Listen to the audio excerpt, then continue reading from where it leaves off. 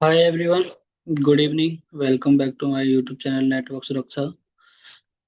तो आज हम समझेंगे फोर्टिगेट फायरवॉल में एक्टिव डायरेक्टरी कैसे इंटीग्रेट करते हैं।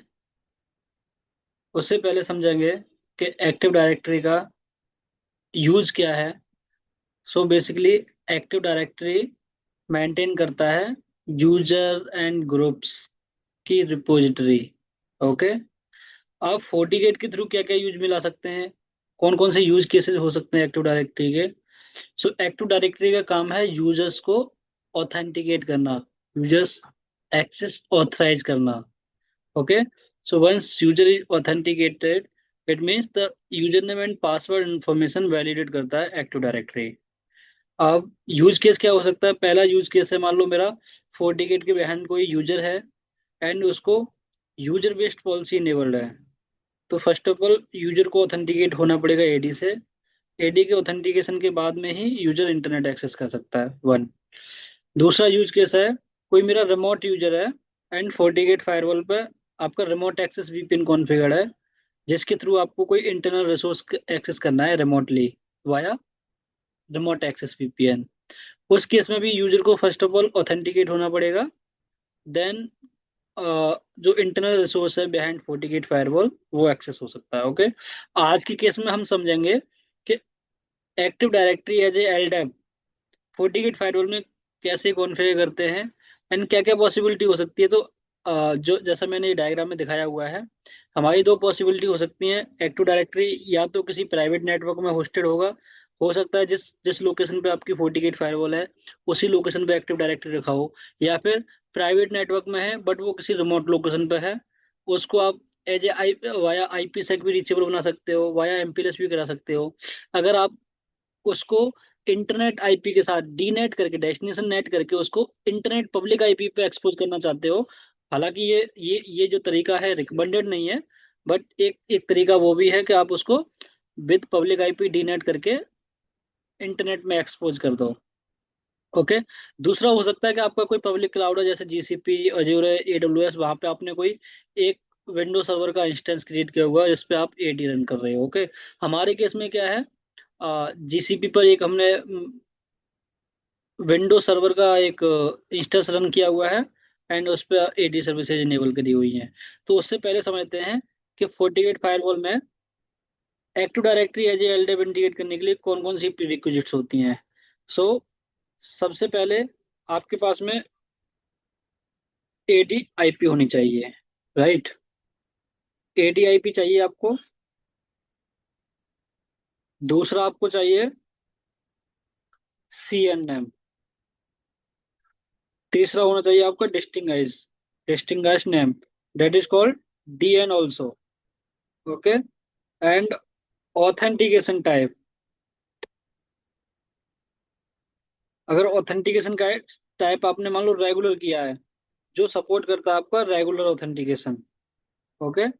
रेगुलर ऑथेंटिकेशन कर दिया, देन आपको यूजर नेम पासवर्ड भी देने पड़ेंगे, user name and password. Okay. So अभी के लिए मेरे पास में जो मैंने अभी मैं आपको दिखा सकता हूँ। मैं जीसीपी क्लाउड पर एक एक्टिव डायरेक्टरी होस्ट किया हुआ है जिसकी पब्लिक आईपी ये है। ओके। तो अभी के लिए ये मेरी पब्लिक आईपी है। तो फोर्टीगेट में कैसे कॉन्फ़िगर करते हैं, आप फोर्टीगेट लॉगिन कीजिए एंड जाइए आप यूजर एंड ऑथेंटिकेशन में, then LDAP server, then create new. यहाँ पर मल्टीपल जो प्रीरिक्विजिट्स मैंने अभी बताई थी वो सारी डिटेल्स मैंडेटरी होती हैं। तो आप नाम कुछ भी दे सकते हो, जैसे active directory, active directory LDAP. Okay. So basically अभी अभी एलडैप हमने एलडैप सपोर्ट करता है, डायरेक्ट एडी इंटीग्रेशन नहीं है, एलडैप ही सपोर्ट करता है। तो एज एलडैप ही करेंगे, जिसकी आईपी अभी मैंने ली हुई है, ये आईपी रहेगी। बाय डिफॉल्ट जो उसका जो कम्युनिकेशन होता है एलडैप का, वो पोर्ट नंबर 389 टीसीपी 389 पर होता है। ये भी आपके फायरवॉल एंड जो आपका टारगेट सर्वर है, ये इसके बीच में पोर्ट नंबर 389 भी इनेबल होना चाहिए। अगर ये पोर्ट रीचेबल नहीं है, ये सर्विस पोर्ट इनेबल नहीं है, कम्युनिकेशन इस पे अवेलेबल नहीं है, देन आपका एलडैप इंटीग्रेट तो हो जाएगा बट वो रीचेबल नहीं बनेगा। एंड जो भी आपको data user repository group repository आपको फैच करनी है वो नहीं हो पाएगी, राइट। CNM हम एज इट इज रखते हैं अभी के लिए। देन इसका जो फॉर्मेट होता है DN, DN इंफॉर्मेशन आपको एक्टिव डायरेक्टरी से ही मिल सकती है। एक्टिव डायरेक्टरी से भी कई तरीके हैं, बट मेरे पास में ऑलरेडी DN इंफॉर्मेशन है इसकी। तो DN इंफॉर्मेशन है इसकी DC equal equal is equal जो भी मेरा डोमेन है, ROUNDEDRING, कॉमा, देन इसका है DC इज इक्वल इन। ये मेरा DNM हो गया। Bind type basically authentication type, bind type regular. Then user name दूंगा मैं इसमें administrator @ rounded ring .in, and इसका पासवर्ड। ओके। आप डायरेक्टली यहाँ से कनेक्टिविटी टेस्ट कर सकते हो अगर आपने ये यूजर नेम पासवर्ड सही डाले हैं, ये IP आपकी पोर्ट नंबर 389 पर रीचेबल है, तो आप डायरेक्ट कनेक्टिविटी टेस्ट कर सकते हो। आपको यहाँ पे कनेक्टिविटी स्टेटस दिख जाएगा। अभी के लिए क्या है, जो भी इन्फॉर्मेशन डाली मैंने सक्सेसफुल हो गई। इट मीन्स ये यूजर नेम में, चलो मैं बोलता हूँ यूजर नेम में थोड़ा मिस्टेक कर देता हूँ, देन अगेन टेस्ट करता हूँ। ओके। जैसे ही मैं कोई भी इंफॉर्मेशन गलत डालूंगा, गलत इन द सेंस जो अवेलेबल ही नहीं होगी मेरी एक्टिव डायरेक्टरी पे, या एक्टिव डायरेक्टरी में रीचेबल नहीं होगा, तो यहाँ पे कुछ मैसेज आ जाएगा कि LDAP नॉट रीचेबल, या using invalid credentials, right.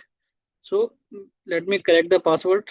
Okay, now again checking connection status is successful. Then आप क्या कर सकते हो, कॉन्फ़िगरेशन सेव कर सकते हो। कॉन्फ़िगरेशन सेव करने के मतलब बाद में बेसिकली हुआ क्या, आप इसको ऐसे समझो। टेस्ट कनेक्टिविटी हो गई। क्या आपको जो एक्टिव डायरेक्टरी पे यूजर्स बने हैं, OU बने जो हैं, और यूजर ग्रुप्स बने हैं, वो आपको ब्राउज हो पा रहे हैं, तो आप इस DN के अगेंस्ट में जो भी इंफॉर्मेशन है AD पे अवेलेबल, ब्राउज कर लीजिए। ओके। अब ये बोल रहा है इनवैलिड LDAP सर्वर, ऐसा नहीं होना चाहिए था। इट मीन्स कहीं प्रॉब्लम है इसको। ओके सॉरी, R डबल हो गया इसलिए, ROUNDEDRING। Okay save. Okay browse. अगर एवरीथिंग इज ओके, देन आपको क्या यहाँ पे यूजर इन्फॉर्मेशन, OU इन्फॉर्मेशन, सब कुछ इन्फॉर्मेशन मिल जाएगी। जैसे ही आपको ये इन्फॉर्मेशन मिलती है, इट मीन्स आपका AD प्रॉपरली इंटीग्रेट हो गया है। देन क्या कर सकते हो आप, कोई भी आपका यूजर बनाया है वहाँ पे, आप उसकी क्रेडेंशियल्स टेस्ट कर सकते हो। ओके। जैसे मेरे पास में एक यूजर है, अनमेश साहा, जिसका पासवर्ड है मेरे पास में, सॉरी,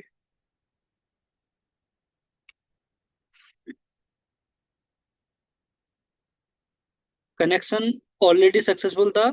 यूजर वैलिडिटी भी यहाँ पे हमें वेरीफाई कर ली कि हाँ ये सक्सेसफुल है। इट मीन्स यूज जो एक्टिव डायरेक्टरी में मेरा ये यूजर बना है, यूजर नेम पासवर्ड, ये करेक्ट है।